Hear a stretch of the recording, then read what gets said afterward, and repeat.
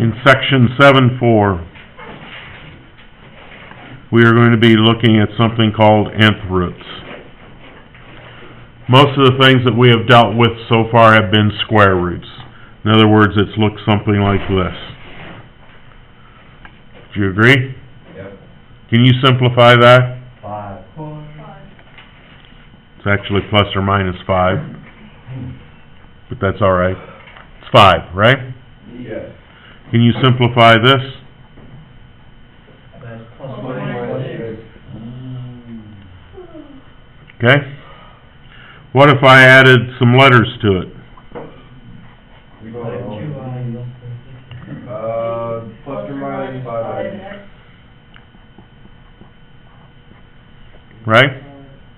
What if I added a letter to this one?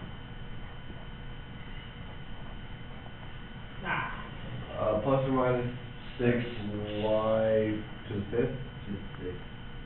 No, I don't know. Is that what you said? Yeah. Why y to the 5th? I can understand the 6. How did you get y to the 5th? Can I just ask? Divided by 2, or I don't know, I just divided by 2. You divided by 2. Yes. Where'd you get the 2 from? My brain. I don't know, it seemed like the right thing to do. Well, your right thing to do is right.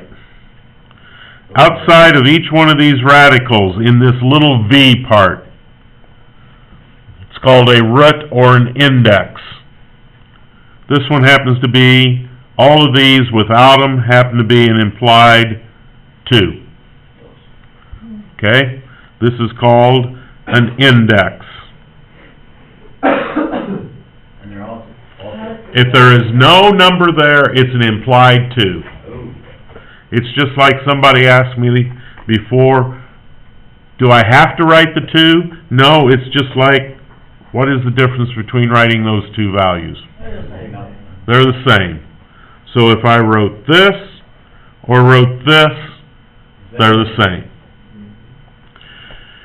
Whenever you have exponents that are inside a radical,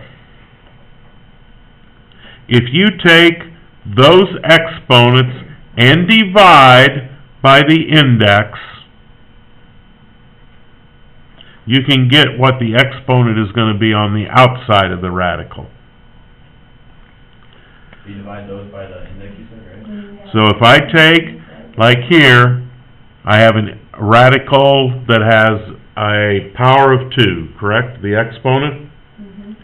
If I take 2 and divide it by the index of 2, I get an exponent of 1, didn't I?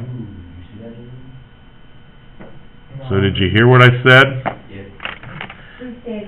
If I take this exponent and divide it by this index, that will give me the exponent on the outside of the radical. 2 divided by 2 is 2 divided by 2. Here I had 10. My index was 2. What is 10 divided by 2? 5.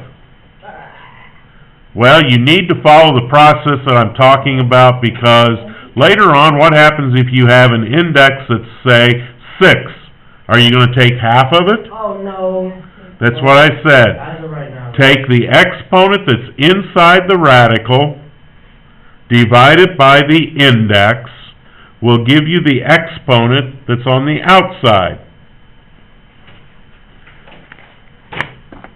So if I had the cube root of y to the 5th,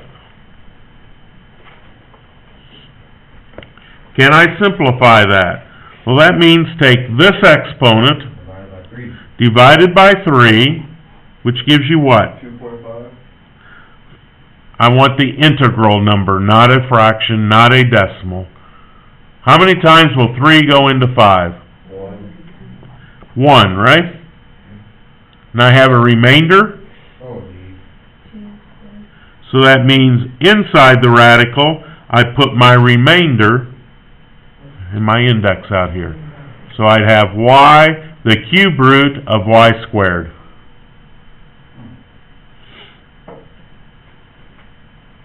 Let's do another one. What? Let's do another one. That's doable? You said do another one. No. I told you once. I ain't gonna say again, boy. I thought that was a pretty good response.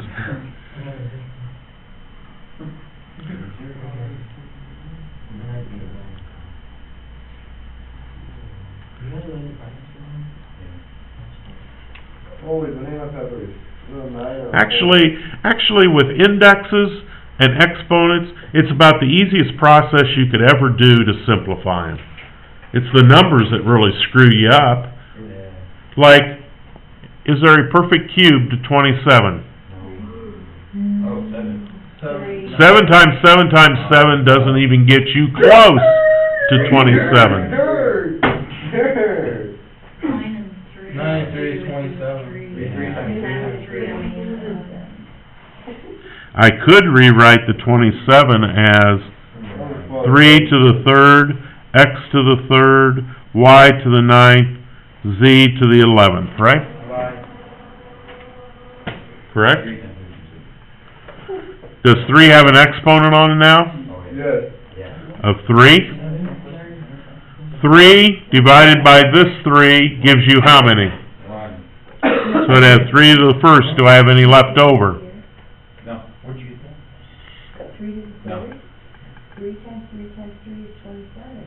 The cube root 27. You just pay attention, buddy. You just said it. You didn't get it. What's the exponent on the x? One. Just X. So what's it gonna, can I take 3, the index, into 3?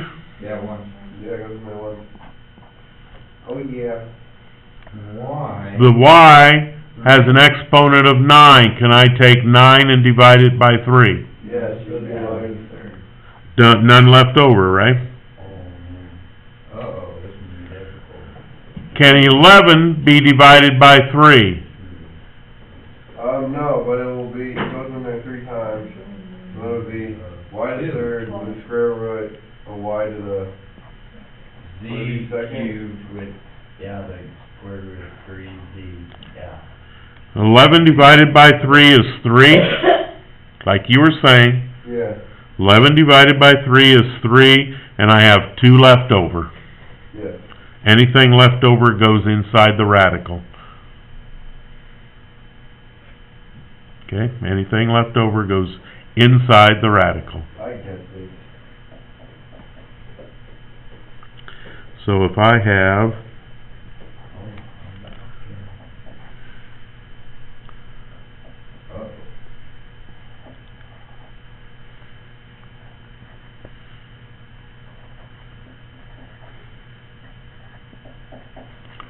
and I need to simplify that.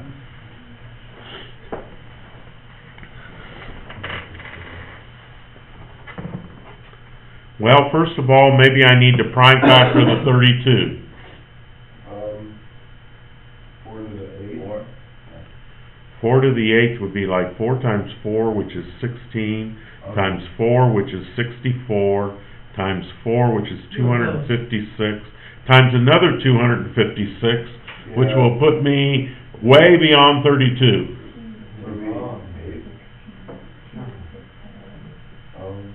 What's the prime factorization of 32? 2? I don't know. 2 times 2 times 2 times 2 times 2. 2 to the 5th. Okay? Multiply it, figure it out. 2 to the 5th, as it was said. 16. Yeah. I was right. It's amazing what you can do with finger math. No, it is. I'd use it all the time.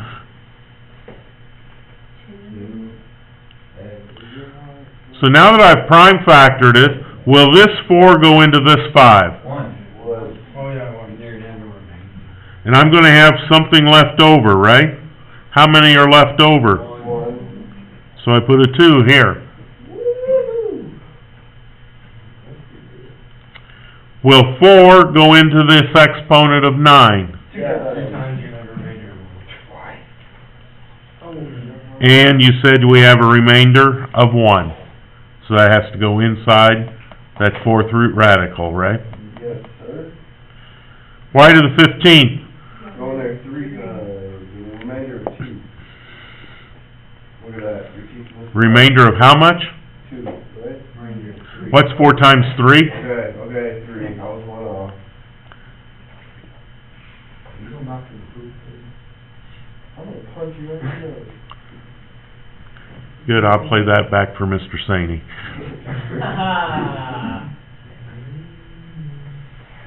Okay. Do All right. they have to be in a certain order, like how it's, You have to be in ascending order, descending order. yeah, does that matter?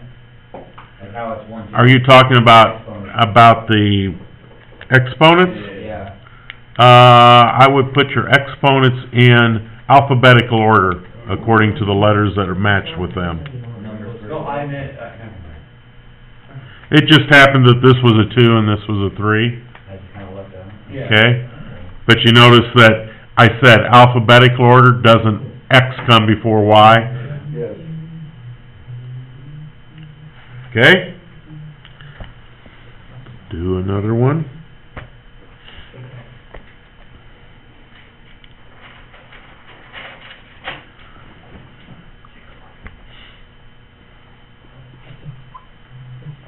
Oh, Lord.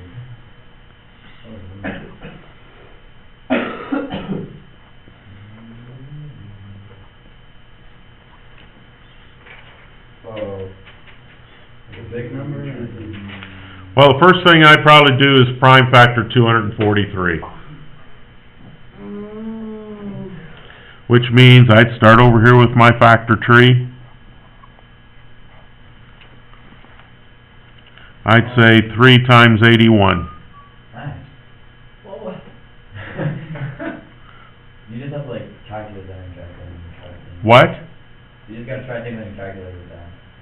Or unless you know you're gonna. Well, 3 will go into 243, won't it? Yeah. 3 goes into 24 8 times. 3 goes into 3 once. Is there any numbers that'll go into 81? 9 times 9, 73, 2. So we'd have 9 times 9. And 2 3's going to those. 33 is 4. Huh. 3 is 4. Some of you have some, Love him. some of you have some very unique counting things today. I meant that 3 went into 9 times 9 from 2. Right? Yep. Can this 5 be divided by this 6? No. So that means inside this radical, let's say 6th root, this 3 to the 5th is going to have to stay there, isn't it? Oh, that's not bad. Will this 5 be divided by this 6? No. So that x to the 5th has to stay inside the radical. Will this 15 be divided by this 6? Y squared? So I have a y to the 2nd power Y. And then Y to the third. U to the side. and a y to the 3rd inside.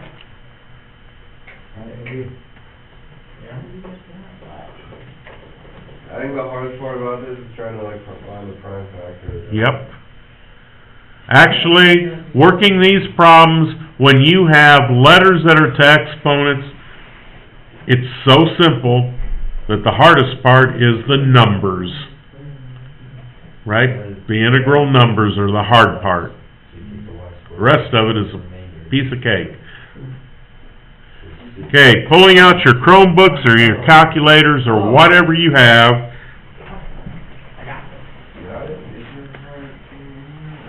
I want you to find the 3rd root of 49.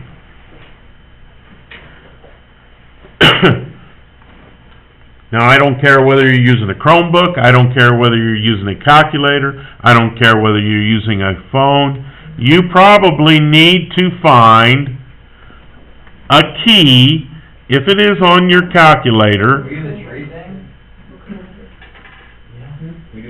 that looks something like this.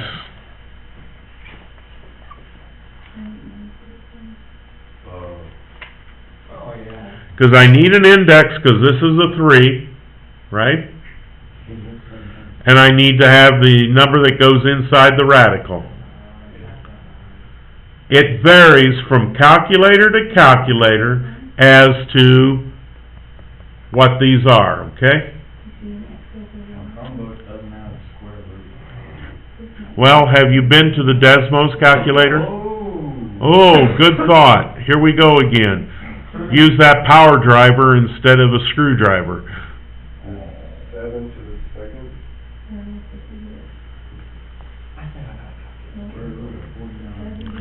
Okay? On most calculators, you have to figure out how yours works.